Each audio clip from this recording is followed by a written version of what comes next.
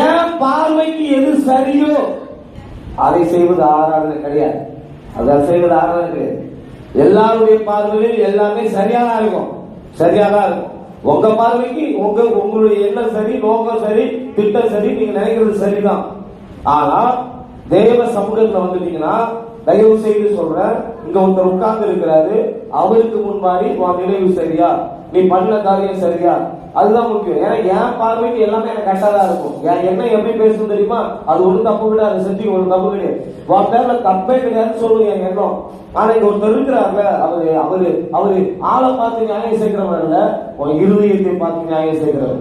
ஆமை நம்புனீங்கன்னா கையை வைத்து சொல்லுங்களேன். ஏன் நம்ம ஆராதனையில அற்புதம் நடக்கலன்னா, இங்க ஒருத்தர் இருக்கிறாரு, அவருக்கு பிரியமான ஒரு ஆராதனை பண்றேன்னா, கண்ணுக்கு முன்னாடி நான் எப்படி இருக்கிறேன், அவர் சிந்தனைக்கு முன்னாடி நான் செஞ்சது எல்லாம் சரின்னு அவர் ஒத்துக்கிறாரா? இங்க இருந்து இறங்கி போகும்போது சந்தோஷமா போங்க, நீங்க சந்தோஷமா போங்க, உங்க விருப்பத்தை கர்த்தர் செய்து முடிப்பார்.